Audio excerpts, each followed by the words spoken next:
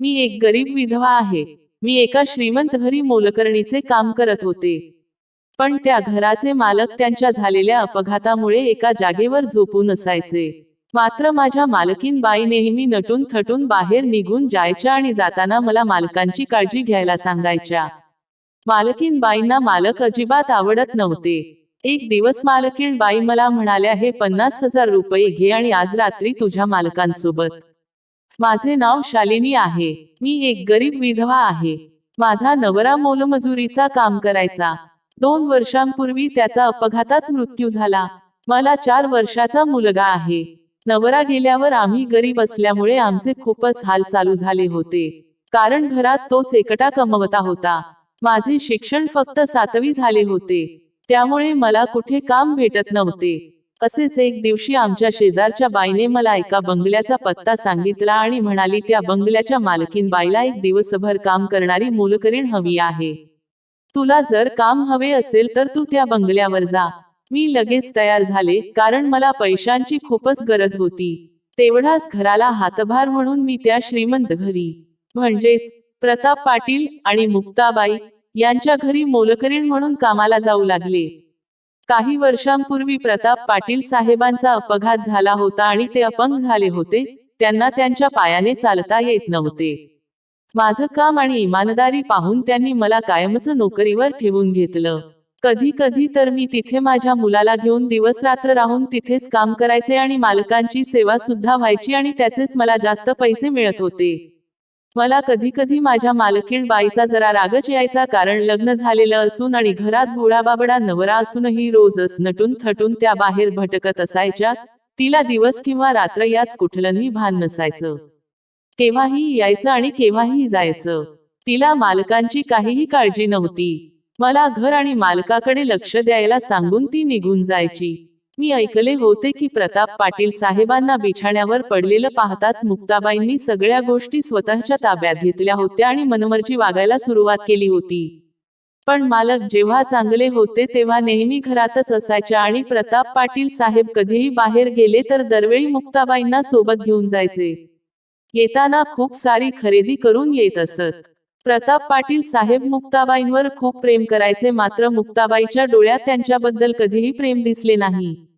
मला तर नेहमी असंच वाटायचं की मुक्ताबाईंनी साहेबांसारख्या थोड्या मोठ्या वयाच्या माणसासोबत फक्त आणि फक्त त्यांचा पैसा आणि संपत्ती पाहूनच लग्न केलं असेल. आणि आता मालक एका अपघातानंतर बिछाण्याला खेळलेले होते. त्यांना जास्त वेळ बसता देखील येत नव्हतं. ते दिवस आणि रात्र शांतपणे आपल्या खोलीत बिछाण्यावर पडून असायचे. मी त्यांना कधी कधी व्हीलचेअरवर बसून बाहेरून फिरून आणायचे किंवा त्यांना कधी कधी नाश्ता करायला डायनिंग हॉलमध्ये सुद्धा घेऊन जायचे. आणि मालकीण बाई मात्र दिवस आणि रात्र बाहेर फिरत असायची आणि तिच्यासोबत नेहमी वेगवेगळ्या पुरुषांना घरी घेऊन यायची. पण एक दिवस रात्री अचानक माझ्यासोबत जे काही झालं त्याने माझ्यासहित सर्वांचे आयुष्यच बदलून टाकलं. एक दिवस संध्याकाळी मालकीन बाई गडबडीने घरी आल्या आणि त्यांनी मला बोलावून सांगितले की आज सगळे घर एकदम स्वच्छ कर आणि जेवणासाठी चांगला मेनू ठरव. आज आपल्याकडे एक मोठे पाहुणे येणार आहेत. ते माझ्यासाठी खूप महत्त्वाचे आहेत. मुक्ताबाई त्यांची खोली सजवण्यात बिझी झाल्या आणि मग त्या स्वतः अगदी भरजरी मेकअप करून शिफॉनची साडी आणि डिझायनर ब्लाऊज घालून पाहुण्याच्या स्वागतासाठी तयार झाल्या. तशा त्या या पेहरावात अतिशय सुंदर आणि मादक दिसत होत्या. त्यांच्या चेहऱ्यावर खूप आनंद आणि उत्साह होता. असा उत्साह त्यांचा प्रताप पाटील साहेबांसोबत कधीच नसायचा. आणि साहेबांसमोर गेल्यावर मुक्ताबाईंचा चेहरा नेहमी पडलेला असायचा. काही वेळानंतर ते पाहुणे आले. पाहुणे कसले, तो तर एकटाच पुरुष होता. मुक्ताबाईंनी अगदी गोड हसून त्यांचं स्वागत केलं आणि त्यांना हॉलमध्ये सोफ्यावर बसवलं. या सगळ्या गोष्टी प्रताप पाटील साहेब त्यांच्या रूमच्या खिडकीतून पडल्या पडल्या डोकावून पाहत होते. मात्र त्यांनी कसलीही चौकशी केली नाही. मुक्ताबाईंनी त्या विशेष पाहुण्यांना खूप छान पाहुणचार देऊन तृप्त केलं. मग त्यांना आपल्या विशेष तयार केलेल्या खोलीत आराम करायला पाठवलं. त्यानंतर मुक्ताबाईंनी मला हॉलमध्ये बोलवलं आणि त्यांच्या पर्समधून एक छोटी काचेची बाटली माझ्या हातात देत मला सांगितलं की आज तुझ्या साहेबांच्या रात्रीच्या दुधात हे मिसळून दे आणि हे सर्व अगदी गुपचूप व्हायला हवं. त्यासाठी तुला हे 50,000 रुपये आता देते आणि काम व्यवस्थित झाल्यास आणखी पैसे देईल. पण जर काही गडबड केलीस तर तुझ्या जीवाचं काही खरं नाही हे लक्षात ठेव. हे सगळं ऐकून तर मला घामच फुटला. आणि कोण कुठला तो माणूस आज ही बाई घरी घेऊन आली होती. आणि आजच माझ्या हातून ही मालकाचा जीव घ्यायला निघाली होती. पण मला पैसा मिळण्याशी मतलब होतं. आणि माझ्याकडे खूप सारे पैसे मिळवण्याची संधी चालून आली होती. म्हणून मी जास्त विचार न करता त्यांना हो म्हटले. रात्र झाल्यानंतर मी माझ्या मुलाला झोपवले. आणि मालकांची नेहमीचे औषध आणि दुधाचा ग्लास घेऊन त्यांच्या रूममध्ये पोहोचले. मी सांगितल्याप्रमाणे ती काचेची बाटली मी त्या दुधात मिसळली होती. आणि ते दूध मी प्रताप पाटील साहेबांना देऊन आले होते. त्यांनी ते माझ्यासमोर प्यायल असतं तर मला ते सहन झालं नसतं. म्हणून तो ग्लास मी तिथेच ठेवून रूम बाहेर आले. थोड्या वेळानंतर मी पुन्हा त्यांच्या खोलीमध्ये गेले. आणि पाहते तर काय, दुधाचा ग्लास तसाच भरलेला होता. म्हणून मी साहेबांना विचारले की, तुम्ही ते दूध का नाही पिलात? कसं करून कसं चालेल, तुम्हाला ते दूध प्यावेच लागेल.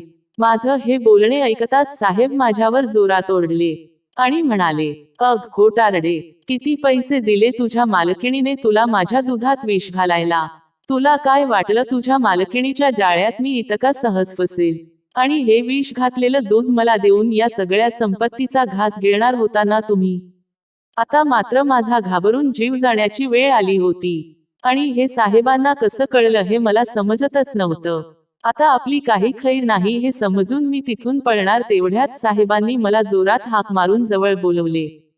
आणि म्हणाले, एक काम कर, मी तुला 1,00,000 रुपये देतो.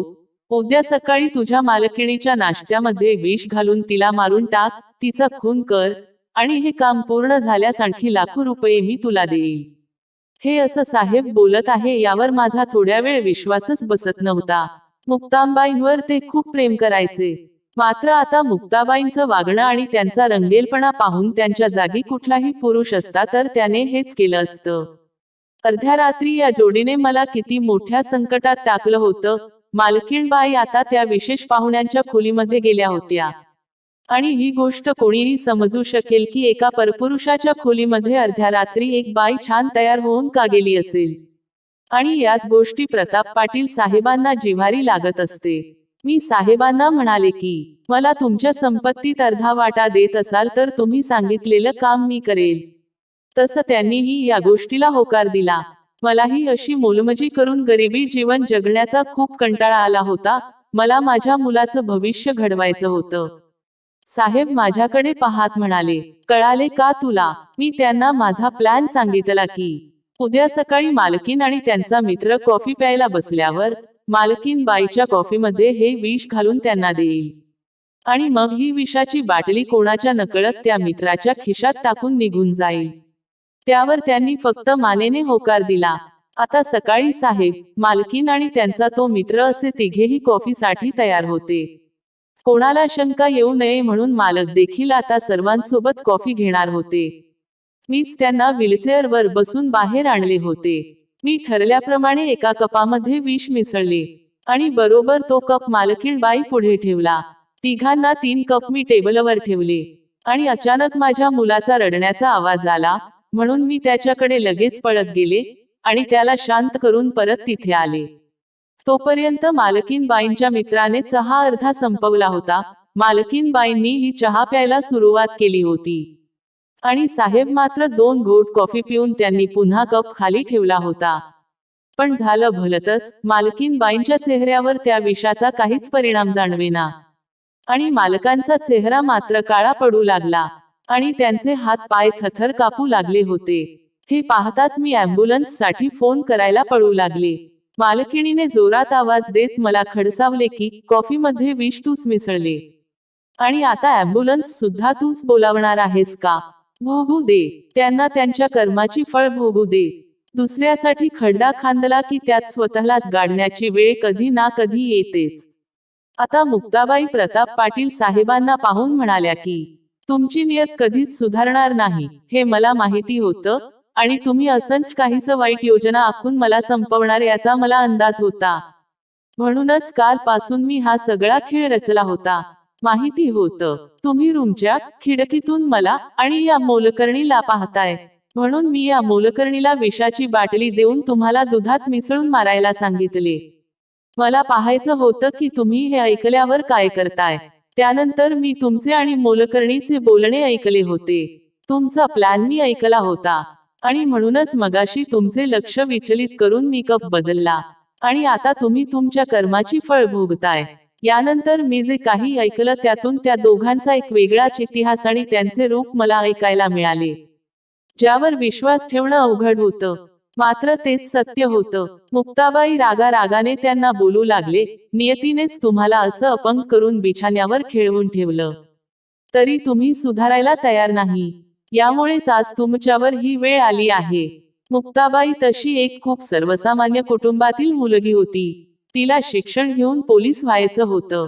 मात्र प्रताप पाटील साहेबांची नजर तिच्यावर पडली आणि तिच्या तारुण्याच्या लालसेने त्यांनी तिला मागणी घातली.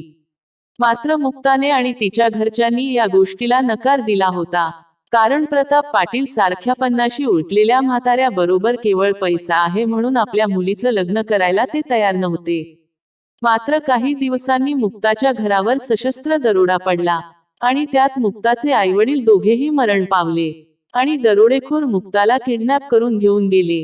त्यानंतर मुक्ताला जेव्हा शुद्ध आली तेव्हा ती प्रताप पाटलांच्या बिछाण्यात होती.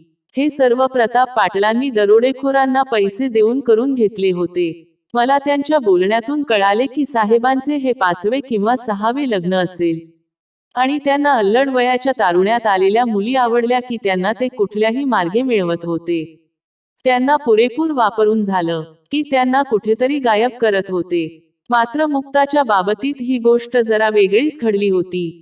कारण पहिले 2-3 महिने प्रताप पाटलांनी जगासमोर खूप देखावा केला की ते मुक्तावर किती प्रेम करतात आणि मग नंतर त्यांचाच अपघात होऊन ते बिछाण्यावर पडून राहिल्यामुळे त्यांना मुक्ताचा अजूनही काटा काढता आला नव्हता.